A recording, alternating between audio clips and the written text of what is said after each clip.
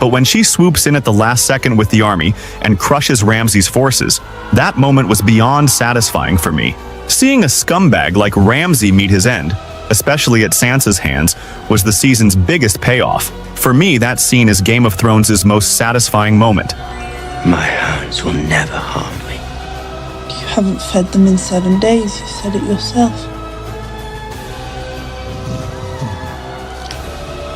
They're loyal beasts. They were. Now they're starving. As I've said before, we got the show's most stunning cinematography here. It's undeniably an incredible action set piece, made even more special by its jaw-dropping visuals. But this is also where we start seeing the element of consequences for actions slowly fading away. In the early seasons, there was no such thing as plot armor, but in the Battle of the Bastards, you can clearly see it plastered all over Jon Snow. If any random person walked into the middle of a battlefield facing an entire enemy army, they'd be dead for sure. But not if they're Jon Snow, because he's the main character, right? Season 7 takes plot armor even further, but we'll get to that in a second.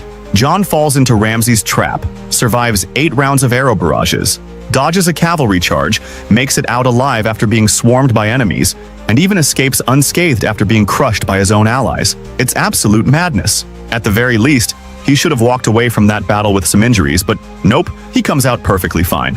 Funny thing is, one encounter with Ygritte was more dangerous than running in front of thousands of soldiers. This plot armor goes against what made Game of Thrones special in the first place, the consequences of characters' actions. But Battle of the Bastard boosted Jon Snow and Sansa's character to the whole another level. Sansa not telling Jon about the Vale army doesn't make much sense.